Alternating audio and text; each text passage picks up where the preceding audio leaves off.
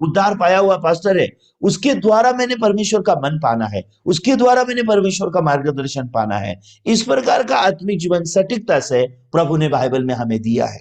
उसके बाद अगर हम देखते हैं प्रेरितों का काम 18 अध्याय में, आइए प्रेरितों के काम में थोड़ा जाएंगे। प्रेरितों का काम 18 अध्याय अगर आप देखोगे तो वहां पे आपको थोड़ा सा मैं कुछ दिखाना चाहता हूं।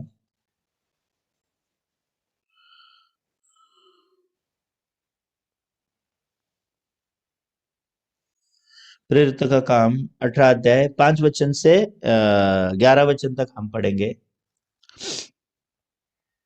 5 से 11। जब शिलास और तिमोथी जब शिलास और तिमोथी मकेदुनिया से आए तो पौलुस वचन सुनाने की धुन में यहूदियों को गवाही देने लगा कि यीशु ही मसीह है। परंतु जब वो विरोध और निंदा करने लगे तो उसने अपने कपड़े झाड़कर उनसे कहा, तुम्हारा लहू तुम्हारे ही गर्दन पर पड़े, मैं निर्दोष हूँ, अब मैं अन्य जातियों के पास जाऊंगा। वो वहां से चलकर एक तितुस युस्तुस नामक परमेश्वर के भक्त के घर में आया, जिसका घर आराधनालय से लगा हुआ था। तब आराधनालय के सरदार और क्रिस्पुस ने अपने सारे घराने समेत प्रभु पर विश्वास किया, और वह बहुत से कुरिन्थवासी सुनकर विश्वास लाए और बपतिस्मा लिया। प्रभु ने एक रात को दर्शन के द्वारा पौलुस से कहा, मत डर, वरन कहे जा और चुप मत रह, क्योंकि मैं तेरे साथ हूँ और कोई तुझ पर चढ़ाई न करके तेरी हानि न करेगा, क्योंकि इस नगर में मेरे बहुत सारे लोग हैं। इसलिए वो उनमें परमेश्वर के वचन को सिखाते हुए 1.5 वर्ष तक रहा। तो अगर आप यहाँ देखोगे तो यहाँ पे वो समय है जब पौलुस को बहुत विरोध किया गया सुसमाचार को प्रचार करने के प्रति। यहाँ तक वहां पे ऐसी दशा थी कि पौलुस को लोग पथराव करके डालने का यहाँ तक पहुंचते थे, और पौलुस मर गया ऐसा सोच के वो लोग उसको डेड बॉडी को छोड़ देते थे, डेड बॉडी हो गया ऐसा समझ के। लेकिन प्रभु पौलुस को खड़ा करता। लेकिन ऐसी दशा में पौलुस की क्या भावना होगी, पौलुस क्या सोचता होगा, पौलुस क्या सोचता होगा, क्या भावना होगा? यहाँ प्रभु का कोई जन नहीं है। ये प्रभु के लोग होते तो मेरी दशा ऐसा होता। ये लोग प्रभु के लोग होते तो वचन को सुनते, ये लोग प्रभु के लोग होते तो वचन ग्रहण करते। हमें यहाँ रुकने का जरूरत नहीं है, यहाँ प्रभु का वचन सिखाने का जरूरत नहीं है। हाँ, मैं अभी यहाँ से चला जाऊंगा, मैं यहाँ से जाकर के दूसरे नगर में जाके प्रचार करूंगा। ऐसी भावनाएं किसके अंदर आ सकती है? पौलुस के अंदर। लेकिन पवित्र आत्मा पौलुस को क्या बोलता है? पवित्र आत्मा ने क्या कहा?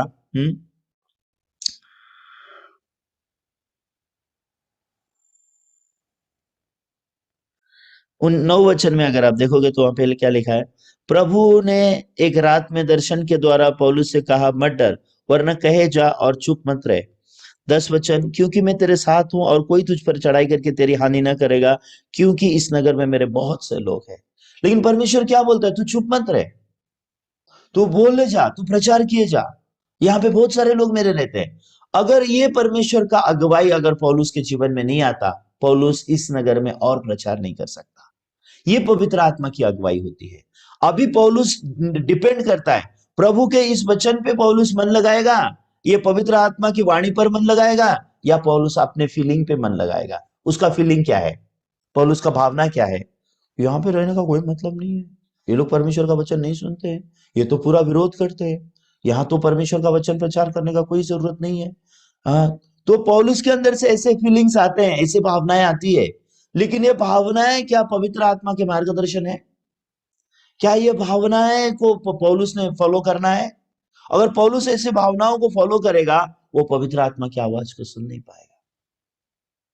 पवित्र आत्मा क्या बोलता है? यही रहे, यहां प्रचार कर, तुझे यहीं रह के प्रचार करना है, पवित्र आत्मा ऐसा बोलता है। लेकिन पौलुस अगर अपनी भावनाओं को सुनेगा तो पवित्र आत्मा की आवाज को सुन नहीं पाएगा।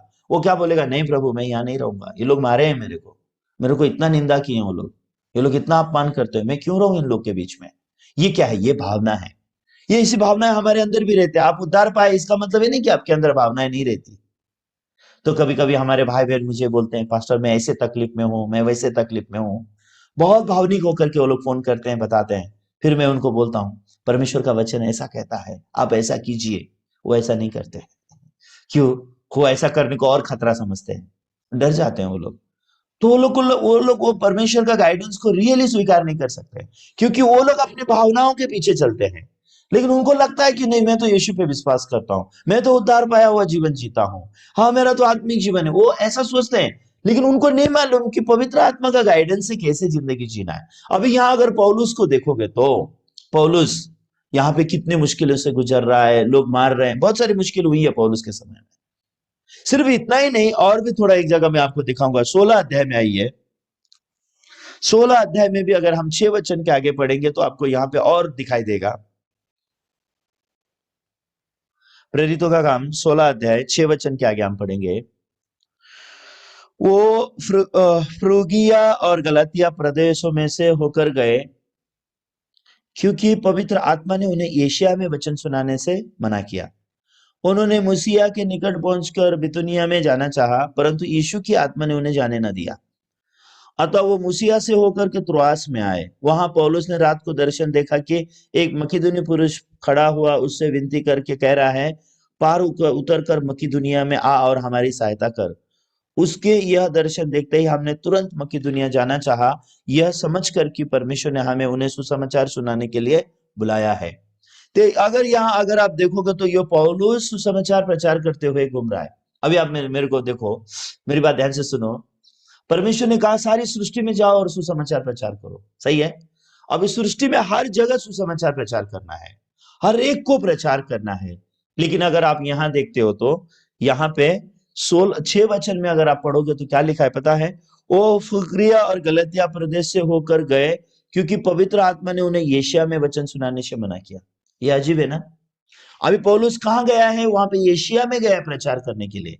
अभी पौलुस एशिया में वचन प्रचार करने ही वाला है, पवित्र आत्मा ने कह दिया तो एशिया में वचन प्रचार मत कर। तो इस समय में पौलुस क्या बोलेगा? प्रभु अभी मैं यहां आ गया हूं, मुझे प्रचार करने दो, मेरा प्रचार करने का मन है। तो बहुत सारे लोग ऐसे भावनिक जिंदगी जीते हैं, वो पवित्र आत्मा को छोड़ दिया। इसका मतलब अगर पौलुस एशिया में प्रचार कर रहा है, मतलब ये पवित्र आत्मा का प्रचार नहीं है, ये पौलुस का अपना भावना है। तो उद्धार पाने के बाद बहुत सारे लोग, बहुत सारे पास्टर लोगों को मैं जब देखता हूं, बहुत सारे प्रीचर को मैं देखता हूं, इन लोग का प्रचार पवित्र आत्मा का मार्गदर्शन का प्रचार नहीं है। मैं उनको क्लियरली बोलता हूं, इस प्रकार से आप प्रचार मत करो, इस प्रकार का प्रचार नहीं होता। आप अभी उद्धार पाए हो, आप कलीसिया नहीं चला सकते हो, आप भाई बहनों की अगुवाई नहीं कर सकते हो। आपने सटीकता से एक उद्धार पाए हुए पास्टर के साथ रह के, आत्मिक जीवन सीख के, खुद का इनकार सीख के, पवित्र आत्मा से चलाए जाने का जीवन सीख के आपने प्रचार करने की जरूरत है। लेकिन वो लोग बस प्रचार के मूड में रहते हैं। उनको मना करेंगे तो वो लोग सोचते हैं पास्टर जी आप तो हमको प्रचार करने से रोकने वाले आप कौन हो? हाँ, परमेश्वर ने हमको प्रचार करने का अधिकार दिया, ये बात सही है। लेकिन उन लोगों के जीवन में हम पवित्र आत्मा के काम नहीं देख सकते, रियली नहीं देख सकते। वो परमेश्वर उससे प्रसन्न नहीं है, रियली प्रसन्न नहीं है। एक उद्धार पाया हुआ जो इंसान होता है ना, उसको परमेश्वर प्रेसाइसली गाइड करता है, पवित्र आत्मा के द्वारा प्रेसाइसली गाइड करता है। भाई बहन भी होते हैं, एक ऐसे भाई बहन होते हैं जो रियली पवित्र आत्मा के चलाए जीते हैं, उनके द्वारा परमेश्वर अनगिनत काम करता है। लेकिन एक प्रकार के भाई बहन होते हैं रियली पवित्र आत्मा का अगुवाई में नहीं जीते। अगर उनको एशिया जाना है तो वो एशिया ही में ही जाएंगे। अगर उनको एशिया में प्रचार करना है और खुद को सांत्वना देंगे, मैं प्रचार तो कर रहा हूं ना, मैं क्या प्रचार नहीं कर रहा हूं क्या? प्रचार करने से भी बड़ी बात क्या है? पवित्र आत्मा की अगुवाई में जीना। परमेश्वर की सेवा करने से भी बड़ी बात क्या है? पवित्र आत्मा की अगुवाई में जीना। पवित्र आत्मा प्रसन्न है क्या मुझसे? मुझ में ईश्वर का आत्मा प्रसन्न है क्या? मेरा जो आत्मिक जीवन है इससे परमेश्वर का आत्मा प्रसन्न है क्या? आत्मिक जीवन में परमेश्वर का आत्मा क्या चाहता है ये बड़ी बात है, मेरी भावना क्या बोलती है ये जरूरी नहीं है। इसीलिए उद्धार पाया हुआ इंसान ने गहराई से सोचने को आना चाहिए, ये परमेश्वर की आत्मा की इच्छा है या फिर मैं अपनी भावनाओं में बहते हुए जा रहा हूं। आप जानते हो मैं उद्धार पाने के बाद मैं यहाँ नहीं रहना चाहता था, मैं नेपाल जाना चाहता था, क्योंकि नेपाल मेरा देश है और मेरा परिवार वहां पे रहता है। मेरे गांव में मैं चर्च बनाना चाहता था, तो मैंने मेरा पूरा चर्च प्लांटिंग की पूरी तैयारी की। जब मैं पूरी चर्च प्लांटिंग की तैयारी करके झोला भर के मैं निकल गया, पास्टर को बताए बिना निकल गया, क्योंकि मैं गाइडेंस भी लेना नहीं चाहता था। उद्धार पाया हुआ इंसान को एक्चुअली कलीसिया दिया जाता है, जहां मुझसे पहले उद्धार पाए हुए प्रभु के दास होते हैं, उनके साथ एक सही सहभागिता होता है। एक दो नहीं, उद्धार पाई हुई कलीसिया में कई प्रभु के दास होते हैं और बहुत गहरा डिस्कशन होता है, प्रेयर होता है, फेलोशिप होता है। तब हम ईश्वर की आत्मा के गाइडेंस को सटीकता से पाके हम आगे बढ़ते हैं। ऐसे ही आत्मिक जीवन नहीं जिया जा सकता जो मेरे भावना को लगता है। बहुत सारे लोग ऐसे फीलिंग का जीवन जीते हैं, भावनिक जिंदगी जीते हैं और सोचते हैं कि मैं तो आत्मिक जीवन जी रहा हूं। तो कभी कभी कुछ भाई बहन मुझे बहुत फोर्स करते हैं, पास्टर आप बोलिए ना, पास्टर आप बोलिए ना। तो मैं उनको बोलता हूं, मैं कोई एटीएम मशीन हूं क्या जहां तुमने कार्ड डाला और पैसे निकाल लिए? मैं ऐसे ही कुछ भी नहीं बोल सकता। मैं ईश्वर के मन पाए बिना, ईश्वर से पाए हुए मन के बिना ऐसे ही कैसे मैं आपको बोल दूं? ईश्वर के आत्मा का गाइडेंस मेरी जिंदगी में नहीं है और मैं कैसे ऐसे ही कैसे बोल दूं? मैं ऐसे ही नहीं बोल सकता, ये करो वो करो, ऐसे जियो वैसे जियो, मैं ऐसे नहीं बोल सकता। लेकिन जिसको परमेश्वर मुझे गाइड करने को बोलता है मैं श्योरली करता हूं। जिसको परमेश्वर कुछ बोलने के लिए बोलता है उस समय मैं बोलता हूं, उस समय आप सुनो, उतना काफी है। तो ऐसा आत्मिक जीवन का ऐसा मार्गदर्शन होता है। अभी यहां अगर आप पौलुस को देखोगे तो पौलुस कहां जा रहा है? एशिया में वचन सुनाने के लिए जा रहा है। प्रचारक है वो, एशिया में जा रहा है प्रचार सुनने के लिए। तब तक पवित्र आत्मा बोल रहा है एशिया में मत प्रचार करो। उसके बाद 7 वचन में अगर आप देखोगे तो क्या लिखा है? उन्होंने मुसिया के निकट पहुंचकर बितुनिया में जाना चाहा, परंतु यीशु की आत्मा ने उन्हें जाने नहीं दिया। तो हालांकि बितुनिया में भी जाके ये प्रचार करना चाहता है, लेकिन यीशु का आत्मा बोलता है उधर भी मत जाओ। ये ऐसा लग रहा है कि पौलुस के सुसमाचार के काम को रोका जा रहा है। ये रोकने का काम कैसे पवित्र आत्मा कर सकता है? आप ऐसे सोच में गिर जाओगे, ऐसे कैसे प्रचार का काम रोका जा रहा है? प्रभु ने ही तो बोला है सारी सृष्टि में। पवित्र आत्मा के गाइडेंस बहुत अद्भुत होते हैं। अगर आप पवित्र आत्मा के गाइडेंस एग्जैक्टली अगर अपने दिल में नहीं पाओगे तो आप उलझन भरा हुआ जीवन जिए बिना नहीं रह सकते। तो यहाँ पे पवित्र आत्मा कह रहा है मत जाओ, मत जाओ आगे। तो पौलुस क्या कर रहा है? रुक रहा है। उसकी बात क्या है? तो 8 वचन के आगे अगर आप देखोगे तो अतः वो मुसिया से होकर त्रोआस में आए। वहां पौलुस ने रात को एक दर्शन देखा कि एक मकीदुनी पुरुष खड़ा हुआ उससे विनती कर रहा है कि पार उतर कर मकीदुनिया में आ, हमारी सहायता कर। 10 वचन, उसके यह दर्शन देखते ही हमने तुरंत मकीदुनिया जाना चाहा, यह समझकर कि परमेश्वर ने हमें उन्हें सुसमाचार सुनाने के लिए बुलाया। अभी मकीदुनिया जाने के लिए पवित्र आत्मा ने ऐसा कमेंट नहीं किया, ए पौलुस तुम मकीदुनिया जाओ, ऐसा बोल के नहीं। जस्ट पौलुस ने एक दर्शन देखा और कोई मकीदुनी उससे विनती कर रहा है कि आ और हमारी सहायता कर। और पौलुस अपने वो दर्शन की बातें अपने साथियों को बोलता है और वो लोग सब अपने मन में तुरंत निर्णय करते हैं चलो मकीदुनिया जाते हैं प्रचार करने के लिए। तो जब जब वो मकीदुनिया जाने के लिए निर्णय करते हैं, वहां नहीं लिखा है यीशु की आत्मा ने उन्हें मकीदुनिया जाने से मना किया। इसका मतलब क्या है? प्रभु का आत्मा चाहता था कि पौलुस कहां जाए? मकीदुनिया जाए। तो पौलु ने उसको प्रभु ने पौलुस को मकीदुनिया जाने से क्या नहीं किया? रोका नहीं। इस प्रकार की आत्मिक जो अगुवाई है, ये अगुवाई को हमको जानना होता है। अभी पौलुस अगर उसकी भावनाओं का पीछा करेगा तो क्या बोलेगा? नहीं यार, अभी मकीदुनिया जाने की जरूरत क्या है? हम लोग प्रचार ही कर रहे हैं ना, हम लोग कोई गलत काम थोड़ी कर रहे हैं। हाँ, आप गलत काम नहीं कर रहे हो लेकिन पवित्र आत्मा की अगुवाई भी नहीं पा रहे हो। तो कई बार बॉर्न अगेन क्रिश्चियन पवित्र आत्मा की अगुवाई के बिना जीते हैं। हालांकि पवित्र आत्मा उनको एक और लेके जाना चाहता है क्योंकि उनके अंदर उनकी भावनाएं हैं। उनके अंदर उनकी भावना, मेरे अंदर ऐसी भावनाएं थी कि मैं रियली मैं नेपाल में जाऊं और मैं ऐसे काम करूं वैसे काम करूं, मेरे अंदर ऐसी भावनाएं थी। तो उस समय परमेश्वर ने मुझे क्या बोला आप जानते हैं? अपने अगुओं के अधीन रहे, अपने अगुओं की मान। तो मैं तुरंत नेपाल से वापस आ गया और मैंने पास्टर से मेरा मन बांटा, पास्टर मेरे पास इस प्रकार का मन है।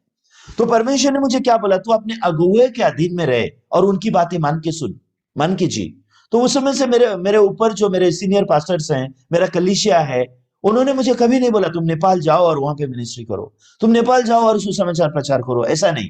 लेकिन उस समय मुझे कहाँ मिनिस्ट्री दिया गया? मैं मिरज नाम की जगह में महाराष्ट्र में हमारे चर्च की प्रार्थनाओं के द्वारा, मेरे सीनियर पास्टर्स की अगुवाई के द्वारा ट्रेनिंग लेके, अच्छा से स्पिरिचुअल लाइफ को सीख के, विश्वास से जीना क्या है ये सीख के, खुद का इनकार करना क्या है ये सीख के, कलीसिया में प्रभु के दासों की संगति में, उनके रेख देख में मुझे कहां भेजा गया? मुझे मीरज नाम की जगह में भेजा गया। तो मीरज में जब मैं गया सुसमाचार प्रचार करने के लिए, रियली अनगिनत लोगों ने उद्धार पाया। बहुत लोगों ने वहां पे उद्धार पाया, चर्च स्थापित हो सका और बहुत सारे लोग परमेश्वर के राज्य में प्रवेश कर सके। अगर वो परमेश्वर का अगुवाई मेरे जीवन में नहीं होता, अगर पवित्र आत्मा की अगुवाई अगर मुझे मिरज की ओर नहीं किया जाता, कलीसिया के द्वारा, परमेश्वर के दासों के द्वारा, तो मैं कहां जाता? मैं नेपाल में जाकर के गांव में पड़ा रहता आज भी। आज जो लोग, अनगिनत लोग जो मेरे द्वारा वचन सुनते हैं, नेपाल के उस गांव में रह के मैं प्रचार को नहीं कर सकता। मैं क्या चाहता हूं ये जरूरी नहीं, मैं प्रभु का टूल हूं, मैं प्रभु का यंत्र हूं। मैं प्रभु का हूं, प्रभु मेरे शरीर को कैसे इस्तेमाल करना चाहता है। लेकिन अगर मैंने मेरी भावनाओं का पीछा कर लिया तो पवित्र आत्मा का अगुवाई मेरे जीवन में नहीं आएगा। भले मैंने उद्धार पाया हूं, भले मैं उद्धार पाके जी रहा हूं, भले मैं सच्चा सुसमाचार प्रचार करता हूं, लेकिन सच्चा सुसमाचार प्रचार कर रहा हूं, इससे बड़ी बात क्या है, मैं पवित्र आत्मा की अगुवाई से जी रहा हूं, क्योंकि मैं प्रभु का हूं। प्रभु हमारी अगुवाई कैसे कर रहा है, ये बात बहुत जरूरी है। तो गिनती की पुस्तक एक बार थोड़ा हम देखेंगे। गिनती उसका 9 अध्याय, नंबर्स चैप्टर 9। थोड़ा 10 मिनट और मैं बात करके खत्म करता हूं। आज भी मैं जो आप लोग को बोलना चाहता हूं खत्म ही नहीं कर सकता हूं। आत्मा से चलाए चलने के जीवन के बारे में थोड़ा मैं आपको समझाने की कोशिश कर रहा हूं। गिनती उसका 9 अध्याय 15 वचन से आगे हम पढ़ेंगे, 15 से 23 तक पढ़ेंगे। गिनती आपको मिला 9:15 के आगे। जिस दिन निवास जो साक्षी का तंबू भी कहलाता है खड़ा किया गया, उस दिन बादल उस पर छा गया और संध्या को वो निवास पर आग सा दिखाई देता और भोर तक दिखाई देते रहता। नित्य ऐसा ही हुआ करता, अर्थात दिन को बादल छाया करता और रात को आग दिखाई देती थी। और जब जब वो बादल तंबू पर से उड़ जाता तब तब इजरायली प्रस्थान करते, और जिस स्थान पर बादल ठहर जाता वहीं अपने अपने वो डेरे खड़े करते। यहोवा की आज्ञा से इजरायली प्रस्थान करते थे और यहोवा ही की आज्ञा से डेरे खड़े भी करते थे। और जितने दिन तक वो बादल निवास पर ठहरा रहता उतने ही दिन तक वो डेरे डारे पड़े रहते थे। जब बादल बहुत दिन निवास पर छाया रहता तब भी इजरायली यहोवा की आज्ञा मानते और प्रस्थान नहीं करते थे। कभी कभी वो बादल थोड़े ही दिन तक निवास पर रहता और जब भी वो यहोवा की आज्ञा से डेरे डाले पड़े रहते थे और फिर यहोवा की आज्ञा से डेरे ही प्रस्थान करते थे। और कभी कभी बादल केवल संध्या से भोर तक रहता और जब भोर को उठ जाता तो वो प्रस्थान करते थे। और यदि वो रात दिन बराबर रहता तो बादल उठ जाता तभी वो प्रस्थान करते थे। वह बादल चाहे 2 दिन, चाहे 1 महीना, चाहे वर्ष भर जब तक निवास पर ठहरे रहता तब तक इजरायली अपने डेरों में रहते और प्रस्थान नहीं करते थे। परंतु जब वो उड़ जाता तब वो प्रस्थान करते थे। यहोवा की आज्ञा से अपने डेरे खड़े करते, यहोवा की आज्ञा से प्रस्थान करते थे। जो आज्ञा यहोवा मूसा के द्वारा देता था वो उसको माना करते थे। तो यहाँ पे अगर आप देखोगे तो इजरायलियों का आत्मिक जीवन के बारे में लिखा है। ठीक है, इजरायली लोग कैसे आत्मिक जीवन जीते थे। इजरायली लोगों को परमेश्वर ने जब मिस्र से बाहर निकाला उनको तंबू में लाके बसाया। ये तंबू क्या है, ये चर्च का प्रतीक है, ये यीशु का प्रतीक है। तो उनको क्या किया, तंबू के द्वारा मार्गदर्शन किया परमेश्वर ने, तंबू के द्वारा मार्गदर्शन किया। तो परमेश्वर अगर इजरायलियों को बोलता था यहां से निकल के आगे जाना है तो क्या करता था, तंबू के ऊपर बादल का खंबा रहता था दिन में और रात में मेघ अग्नि स्तंभ रहता था। उसको हिंदी में मेघ स्तंभ और अग्नि स्तंभ ऐसा कहा गया है। तो वो जो मिलाप वाला तंबू होता था, वो मिलाप वाले तंबू के ऊपर दिन में मेघ स्तंभ दिखाई देता था और रात में अग्नि स्तंभ दिखाई देता था। और इजरायली लोग जहां भी तंबू वो लोग खड़ा करते थे उसके चारों ओर इजरायली लोग ट्राइब के अनुसार रहते थे। लाखों लोग थे, लाखों लोग ट्राइब के अनुसार वो लोग रहते थे। तो अगर एक दिन वो यहाँ पे अगर सपोज आज वहां पे तंबू खड़ा किया है और वो लोग ने अपना अपना घर अच्छे से रहने के लिए सब तैयारी की, शाम को मेघधनुष मेघ स्तंभ क्या हो गया, उठ गया। अब फिर से उनको अपना बोरिया बिस्तर उठा के जर्नी करना पड़ेगा। कभी कभी एक दिन में परमेश्वर उनकी अगुवाई करता, एक जगह से दूसरी जगह, कभी कभी एक महीने में एक जगह से दूसरी जगह, कभी कभी एक साल में एक जगह से दूसरी जगह मूव करता था। तो वो लोग किसका इंतजार करते थे, मेघ स्तंभ उठता है या नहीं, अग्नि स्तंभ उठता है या नहीं, उतना ही वो देखते थे। वो दूसरा वो कुछ भी नहीं करते थे। हम यहाँ कितने दिन डेरे डाले पड़े उसका कोई मतलब नहीं है। परमेश्वर मेरी अगुवाई कैसे करेगा, वो वचन के द्वारा उसने ऑलरेडी बोल दिया। उसने मूसा के द्वारा क्या बोला, देखो तू इजरायलियों को जाके समझा दे, इजरायलियों को बोल अगर उनको जर्नी करना रहेगा मैं बताऊंगा। मेघ स्तंभ उठ गया तो समझ जाओ कि तुमको जर्नी करना है। मेघ स्तंभ जहां रुका वहां अपना डेरा डालो। मेघ स्तंभ उठ गया, डेरा उठाओ। तो एक दिन अगर मेघ स्तंभ है एक ही दिन रहना होगा। और एक दिन आज सपोज आज उन्होंने मेघ स्तंभ के द्वारा अपना डेरा डाला, सब उन्होंने अपना घर सब अच्छा से रहने के लिए सब, हालांकि वो लोग अपने लिए भी रहने का तंबू बनाते थे, सब अरेंज किया, मैं इधर रहूंगा तुम उधर रहो, हम इधर सोएंगे, इधर खाना बनाएंगे, सब रेडी हो गया। ठीक है, सुबह रेडी किया, शाम को फिर परमेश्वर बोलता है चलो उठो यहां से निकलो। कितना इरिटेट होंगे ना वो लोग। अरे सुबह ही तो हम लोग इधर स्थापित किया है सब कुछ, अभी शाम को जाने के लिए बोल रहे हो। आप जानते हैं, जब मैं मेरा आत्मिक जीवन जीता हूं, माफ कीजिए ऐसा बोलने के लिए, हर दिन मैं इस प्रकार के मन से रहता हूं कि आज मुझे परमेश्वर यहां से कहीं और भेज देगा। हर दिन, हर दिन मेरा बैग तैयार रहता है। आसाम गुवाहाटी चर्च में मैं रहता हूँ, लेकिन मेरा बैग रेडी है।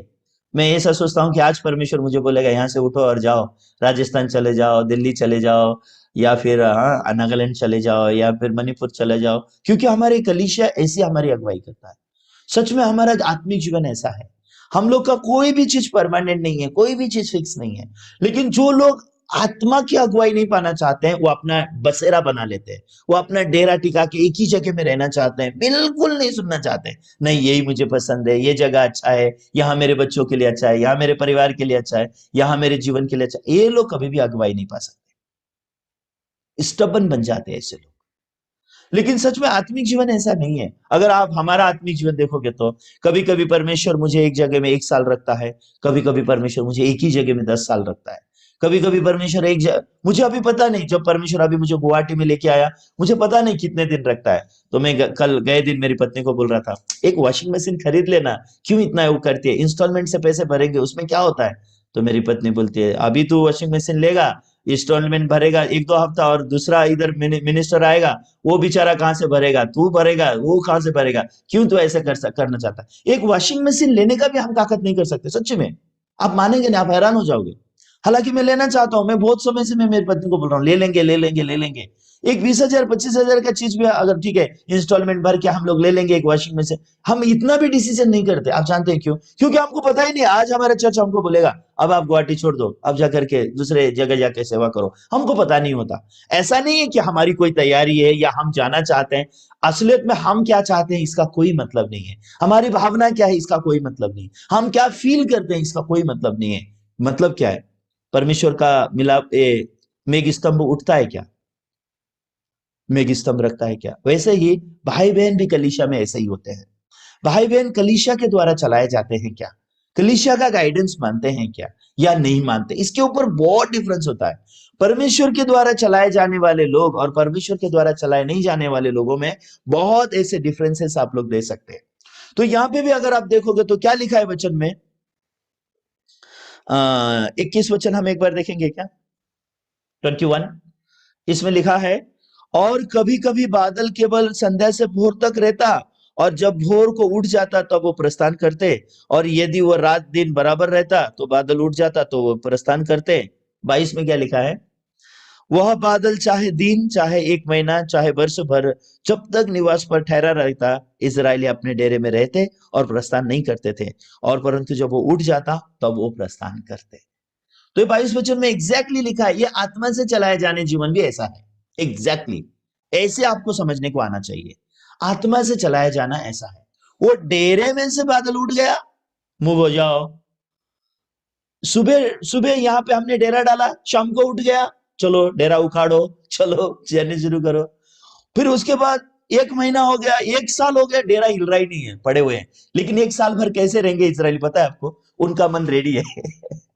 उनका मन रेडी है, पता नहीं आज परमेश्वर बादल उठा लेगा, पता नहीं है, आज उठा लेगा, कल उठा लेगा, उनको पता नहीं है। वो हर दिन ऐसे मन से जिएंगे। मतलब क्या? उनका मन कहीं भी एक जगह में नहीं लगा रहेगा, उनका मन हर दिन परमेश्वर की अगुवाई को इंतजार करेगा। आज परमेश्वर मुझे क्या बोलता है, आज परमेश्वर मुझे क्या बोलेगा, आज बोलेगा कि आगे प्रस्थान करना है या नहीं। ये आत्मा की अगुवाई का जिंदगी है। सच में मैं जब से गुवाहाटी में आया हूं, 3 साल बीत गए, 3 साल से ज्यादा हो गया, लेकिन 3 साल से ज्यादा हो गया, हर दिन मेरा मन कैसा रहता है पता है आपको? पता नहीं शाम को शायद मुझे बोला जाए, तुम उठ निकल के, हाँ, ये इधर चले जाओ, इधर। तो हर दिन मेरा मन ऐसा है। इसके लिए मैं हर दिन खुशी से जीता हूँ, क्योंकि ये मेरा परमानेंट अड्डा यहाँ है ही नहीं, परमानेंट मेरा कुछ भी नहीं है। इसके लिए कितना मैं खुश हूँ, कितना मैं स्वतंत्र हूँ। कोई भी चीजों में मेरा मन गिरता नहीं है, ना तो चीजों में, ना तो लोगों में, ना तो कोई चीजों में। बस मैं आज का दिन जिंदगी जीता हूँ। हाँ, आज परमेश्वर ने बादल का स्तंभ मेरे ऊपर रखा है, आज यहाँ रहना है, कल का पता नहीं है, कल कहाँ जीना है। आत्मिक जीवन ऐसा है। लेकिन बहुत सारे लोग इस आत्मिक जीवन से बहुत वंचित हैं, इसके लिए खुश नहीं रह सकते। क्यों? जहां आपका मन टिक गया, जहां आपने मन लगा लिया, वहां से मृत्यु आ गया। इसलिए लिखा है, शरीर पर मन लगाना तो मृत्यु है, आत्मा पर मन लगाना जीवन और शांति है। तो शरीर पर मन लगाना मृत्यु मतलब क्या है, इसको समझाने के लिए एक और बाइबल का भाग मैं आपको दिखाऊंगा, उसके बाद खत्म करता हूं। दूसरा शमूएल उसका 20 अध्याय बाइबल देखिए। शरीर पर मन लगाना मृत्यु, आत्मा पे मन लगाना जीवन और शांति। इसको समझने के लिए थोड़ा और बाइबल का भाग हम देखेंगे।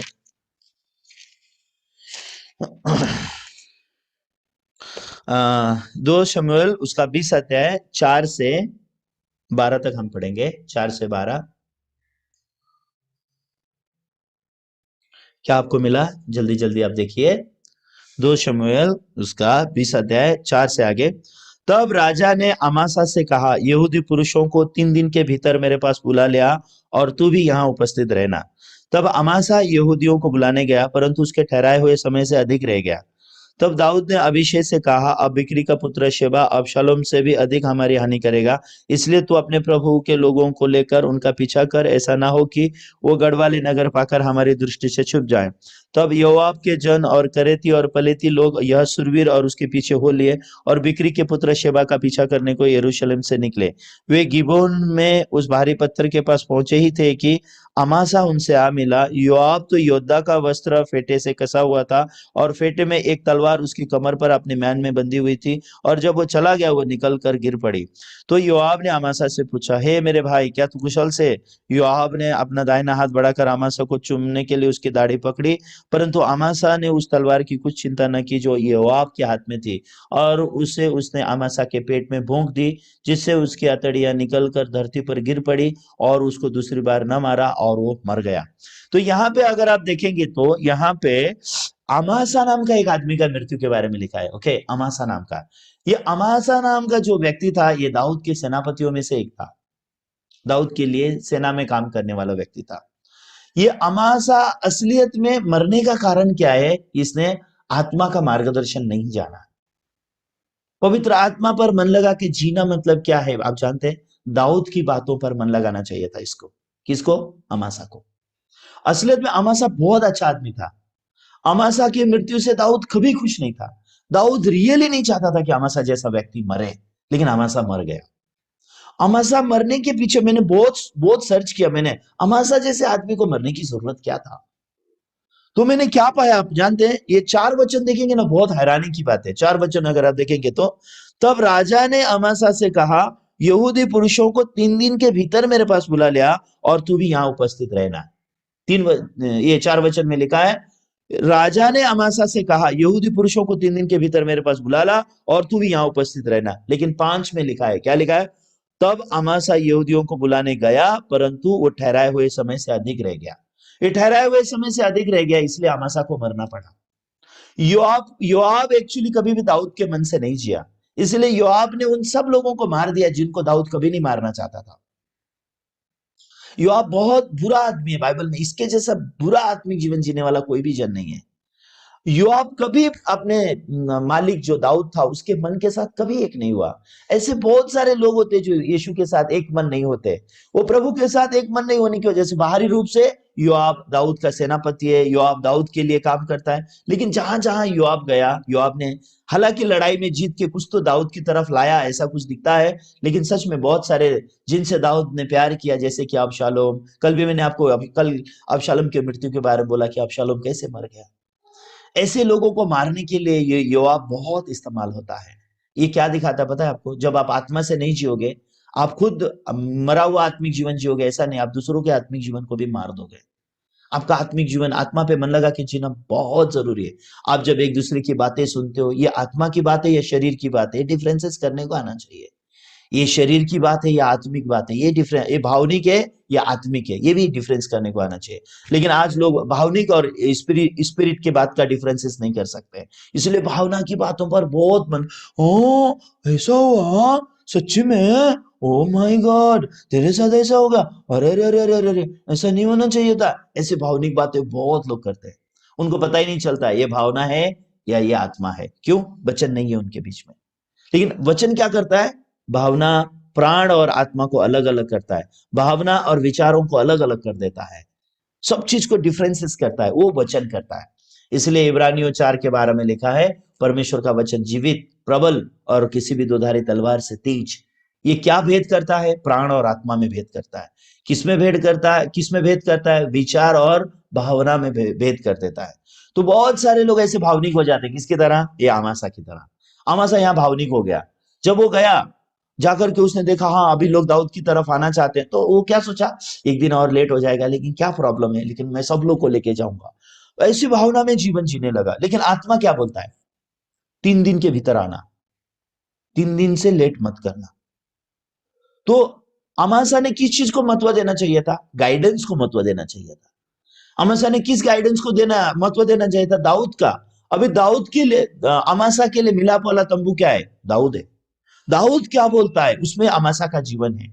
अगर अमासा ने दाऊद की बात ध्यान से सुनी होती, अमासा 3 दिन के भीतर तू वापस आना, ओके। अगर अमासा 3 दिन के भीतर दाऊद के पास वापस आ जाता, योआब के हाथ नहीं लगता, योआब अमासा को मार नहीं सकता। लेकिन योआब ने अमासा को मार दिया। अमासा मरने का कारण क्या है? उसने शरीर पर मन लगाया, आत्मा पर मन नहीं लगाया। शरीर पर मन लगाना मतलब क्या है? उसने अपने सोच को जोड़ दिया। क्या सोचा है? हालांकि दाऊद ने उसको बोला था 3 दिन के भीतर तू वापस आना, लेकिन 3 दिन के भीतर वापस आने के बदले अमासा क्या सोचा? एक दिन लेट हो गया कोई बात नहीं, लेकिन ज्यादा मैं लोगों को लेके जाऊंगा। वो समय था अमासा क्या करना चाहता था? लोगों को दाऊद के पास लेके आना चाहता था। मतलब ये वो पौलुस की तरह प्रचार करना। वो जा रहा है प्रचार करने के लिए एशिया में। एशिया में जाते समय अगर परमेश्वर जब उसको बोल रहा है एशिया में मत जा, उस समय में अगर पौलुस नहीं नहीं मैं तो प्रचार करूंगा, मैं तो एशिया जाऊंगा, वहां पौलुस मर भी सकता था। पौलुस वहां नहीं गया इसलिए पता नहीं, अगर वहां जाता तो पता चलता। किसकी तरह? अमासा की तरह। इसीलिए आत्मा से चलाया जाना ये बहुत सेंसिटिव पार्ट है, जो बॉर्न अगेन क्रिश्चियन के पास रहना चाहिए। लेकिन दुख की बात क्या है? आज 90% क्रिश्चियन अमासा की तरह भावना में जीते। ऐसा नहीं कि वो चर्च के विरोध जाते हैं, परमेश्वर के दास के विरोध में जाते हैं या मसीहत के विरोध में जीते हैं, ऐसा बिल्कुल नहीं है। लेकिन भावनिक जीते हैं, भावनिक। They have lot of emotion. वो आत्मा के द्वारा जीना नहीं चाहते। आत्मा का गाइडेंस उनको पता नहीं चलता है। कलीसिया का गाइडेंस उनको समझ में नहीं आता। परमेश्वर के दासों का गाइडेंस वो लोग लेके नहीं जीते। इसलिए बहुत साल लग जाता है एक एक भाई को आत्मिक जीवन सिखाने के लिए, एक एक भाई बहनों को आत्मिक जीवन सिखाने के लिए बहुत लंबा समय लगता है। अभी कुछ कुछ लोग होते हैं जिनको हम रियली गाइड करते हैं, नहीं तुम लोग ऐसे मत जियो, ऐसे आत्मिक जीवन जीना है, वैसे आत्मिक जीवन जीना है। वो बच्चन का गाइडेंस नहीं पाते। फिर उसके परिवार में बहुत सारे मृत्यु आते हैं, कई या माँ मर जाती है या पिताजी मर जाते हैं। फिर उसके बाद बहुत नम्र बन के चर्च में आकर के वो लोग बैठते हैं।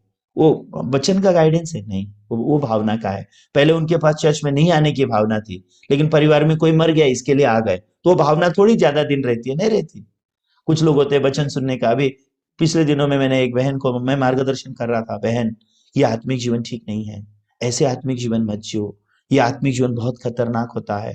लेकिन वो बहन बहुत जल्लाद की तरह अपने मन को किया, बहुत मन कठोर की।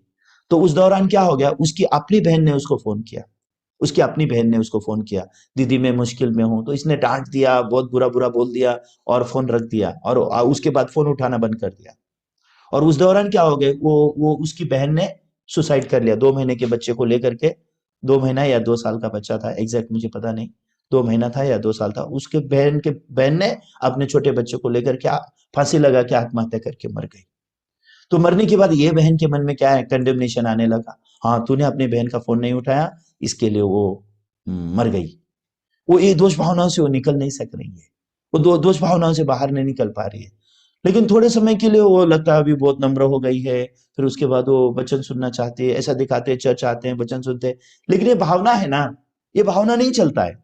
फिर थोड़े समय के बाद भावना फिर से बदल जाता है, फिर आपको गुस्सा आने लगता है, फिर आपका मन कठोर हो जाता है, फिर आप वचन नहीं सुनना चाहते, फिर आप चर्च का गाइडेंस है नहीं सुनना चाहते हो। लोग जो भावना के पीछे चलते हैं, हमेशा अपनी भावना को ही पीछे चलते हैं। उनको बैड फीलिंग आएगा, बैड फीलिंग को मानेंगे, गुड फीलिंग आएगा, गुड फीलिंग को आएगा। कुछ लोग ऐसे होते हैं, उनको ऑफरिंग देना है तो देंगे, उनको अच्छा फीलिंग है तो देंगे, अच्छा फीलिंग है तो नहीं देंगे। टाइट देते समय में भी अच्छा फीलिंग है तो देंगे, अच्छा फीलिंग नहीं है तो नहीं देंगे। उस सुसमाचार का काम करने के लिए भी अच्छा फीलिंग आ रहा है तो करेंगे, अच्छा फीलिंग नहीं आएगा तो नहीं करेंगे। एक्चुअली ऐसा नहीं है। मेरा फीलिंग जरूरी नहीं है, परमेश्वर का आत्मा का गाइडेंस जरूरी है। परमेश्वर का पवित्र आत्मा का गाइडेंस है, कलीसिया का गाइडेंस है, परमेश्वर के दास का गाइडेंस है। ये चीज को विश्वास करके जीने को आना चाहिए। भले मुझे अच्छा लगे या ना लगे, परमेश्वर का वचन क्या कहता है, परमेश्वर के दास क्या बोलते हैं, कलीसिया क्या बोलती है, इसका हमारे मन में मायना रहने को चाहिए, तभी हम लोग चलाए जा सकते हैं। अभी यहाँ पे अमासा देखोगे तो बहुत अच्छा काम कर रहा है, अमासा कोई बुरा काम नहीं कर रहा है, लेकिन अमासा मर गया। अच्छे काम करते करते अमासा मर गया। क्यों? अमासा पवित्र आत्मा का मार्गदर्शन को नहीं जा रहा है। पवित्र आत्मा ने क्या बोला था उसको? 3 दिन के भीतर वापस आना बोला था। तो अमासा के लिए पवित्र आत्मा का मार्गदर्शन क्या है? दाऊद का मार्गदर्शन अमासा के लिए पवित्र आत्मा का मार्गदर्शन है। हमारे लिए अभी आज पवित्र आत्मा का मार्गदर्शन क्या है? कलीसिया का मार्गदर्शन पवित्र आत्मा का मार्गदर्शन है। क्योंकि हम इतना सेंसिटिव नहीं है कि हम सीधी रीति से पवित्र आत्मा को सुन लें, हम इतने सेंसिटिव नहीं है। इसके लिए परमेश्वर के दास हम, मैं बहुत हैरान हो गया एक दिन, क्यों दाऊद ने अमासा को बोला होगा 3 दिन में ही वापस आ बोल के? ऐसा पर्टिकुलर ऐसा वर्ड यूज करने का जरूरत क्या है? 3 दिन के भीतर वापस आ, ऐसा दाऊद ने बोलने की जरूरत क्या है? जा रहा है 3 दिन में आ, 4 दिन में आ, 5 दिन में आ, इसमें क्या है? लेकिन दाऊद ने एग्जैक्टली दिन गिन के बताया। तो अब मुझे पता चला, हाँ, अमासा मरने वाला है, परमेश्वर जानते थे। अमासा मरेगा, परमेश्वर जानते थे। इसके लिए परमेश्वर ने अमासा को बचाने के लिए शब्द किसके मन में डाला? दाऊद के मन में ये शब्द डाला है। दाऊद ऐसा बोलेगा ही नहीं 3 दिन के अंदर आ, ऐसे क्या बोलने का जरूरत है? अमासा अच्छा काम करने के लिए जा रहा है, इजराइल को इकट्ठा करने के लिए जा रहा है, लोगों को दाऊद की तरफ लेके आने के लिए जा रहा है। कितनी पब्लिक लेके आएगा दाऊद राजा के लिए? दाऊद राजा के लिए बहुत पब्लिक लेके आने वाला था अमासा, बहुत अच्छा काम करने वाला था अमासा। लेकिन 3 दिन का ही टाइम क्यों दिया? ये दाऊद का मन नहीं है, ये पवित्र आत्मा का मन है, ये प्रभु का मन है। ये प्रभु ने दाऊद के मुख से अमासा से बोला, अमासा 3 दिन के भीतर वापस आना। लेकिन अमासा ने ये वचन को महत्व नहीं दिया, मतलब आत्मा पे मन नहीं लगाया। Is it clear? आत्मा पे मन लगाना और शरीर पे मन लगाना, ये बात आपके मन में क्लियर हो रहा है? तो आत्मा पे मन लगा करके आप जियो। अगर आप आत्मा पे मन लगा करके जियोगे तो आपको जीवन और शांति मिलेगी। लेकिन बहुत भाई बहन कलीसिया का आवाज को मन नहीं लगाते। क्यों? उनके फायदे का है तो सुनेंगे, फायदे का नहीं तो नहीं सुनेंगे। कई बार मैं भाई बहनों को बोलता हूं, आपके बच्चों को इस बात के लिए, ये काम के लिए भेजो। कभी कभी मैं उनसे पूछता हूं अगर टाइम होगा तो आओ बोल के, लेकिन कभी कभी परमेश्वर मुझे ऐसा मन देता है, मैं सटीक कमांड करता हूं तुम ऐसा करो, लेकिन वो टाइम पे भी कुछ भाई बहन नहीं करना चाहते। कुछ कुछ लोगों को मैं जस्ट बोलता हूँ, फ्रीडम देता हूं उनको, क्योंकि परमेश्वर के द्वारा मेरे मन में भी कोई ऐसा ये नहीं है, निर्णायक मन नहीं है। तो दाऊद कुछ लोगों को ऐसे ही भेजता है, लेकिन कुछ लोगों को बोलता है 3 दिन के अंदर भीतर आओ, वापस आओ। 3 दिन के अंदर वापस आना चाहिए जब कहा जा रहा है। आज तो बहुत ज्यादा समय हो गया। ठीक है, 3 दिन के भीतर वापस आते आते आप लोग को मैं कहाँ कहाँ लेके जा रहा हूँ मुझे भी समझ में नहीं आ रहा है। लेकिन सच में भाई बहन, ये खत्म नहीं होता है ऐसी बातें बोलते समय ना, मेरा मन बहुत भरा हुआ है ऐसी चीजों को आप लोग को बताने के लिए। ये बहुत जरूरी बातें हैं, आप लोग ने अपने आत्मिक जीवन में बहुत महत्व देना है। बहुत सारे हमारे जवान ऐसी बातों पे महत्व नहीं देते। अगर आप लोग गाइडेंस को महत्व दोगे ना, परमेश्वर का गाइडेंस पवित्र आत्मा के द्वारा आपके लिए बहुत सुंदर आएगा, और वो गाइडेंस में जैसा है वैसा जियो। अगर दाऊद बोलता है 3 दिन के भीतर आओ, आ जाओ, आपका जीवन बचेगा, ये आपके लिए बोलता है वो।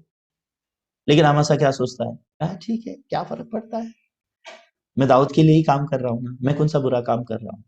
पौलुस क्या सोचता है? मैं प्रचार ही कर रहा हूँ ना, क्या बुरा काम कर रहा हूँ। लेकिन परमेश्वर का आत्मा बोलता है नहीं, मत जाओ। उस समय में हम एक मन होना आना चाहिए, वो आत्मा से चलाए चलना है। ठीक है, हम यहाँ खत्म करेंगे। आइए आज प्रार्थना करेंगे, कल और थोड़ा सा हम और बात करेंगे। स्वर्गीय पिता परमेश्वर, सच में हम लोग भावना और विचार और प्राण और आत्मा, इसका फर्क हम हमारी बुद्धि से नहीं कर सकते। जैसे आपने इब्रानियों उसके 4 के 12 में कहा गया है, परमेश्वर का वचन जीवित, प्रबल, किसी भी दोधारी तलवार से तेज, और यही है जो प्राण और आत्मा को अलग कर सकता है। यही है जो हमारे भावना और विचारों को अलग कर सकता है, उसमें भेद करके दे सकता है। प्रभु, हमारे भाई बहनों को अनुग्रह दो ताकि वो लोग वचन सुन सकें, और वचन के द्वारा सारे फर्क वो लोग अपने आत्मिक जीवन में पा सकें, ताकि वो लोग आत्मिक जीवन को जी सकें। अगर अमासा ने प्रभु का वचन सुना होता, अमासा को मरने की जरूरत नहीं थी। इजरायली लोगों को प्रभु ने मूसा के द्वारा वचन दिया, उनको कैसा मूव होना है, उन्हें कोई मुश्किल की बात नहीं है। जब मेघ स्तंभ उठ जाएगा उनको जाना था, मेघ स्तंभ रुक जाएगा उनको रुकना था। उतना ही तो आत्मा का मार्गदर्शन है। जब दाऊद ने कहा जा, अमासा को जाना चाहिए था। जब दाऊद ने कहा 3 दिन के भीतर वापस आ, अमासा को आना चाहिए था। अगर वो ऐसा करता तो हमेशा बच सकता था। प्रभु, अगर हम आज परमेश्वर के साथ एक मन होकर के, जो परमेश्वर की कलीसिया हमें कहती है इस ओर जाओ, हम अगर उस ओर जाएं, जैसे पतरस को यीशु ने कहा जाल दाहिनी ओर डाल, गहरे में डाल, बस पतरस ने डाल दिया। परमेश्वर के महान काम दिखाई देते हैं। लेकिन हम अगर वो बात को नहीं करके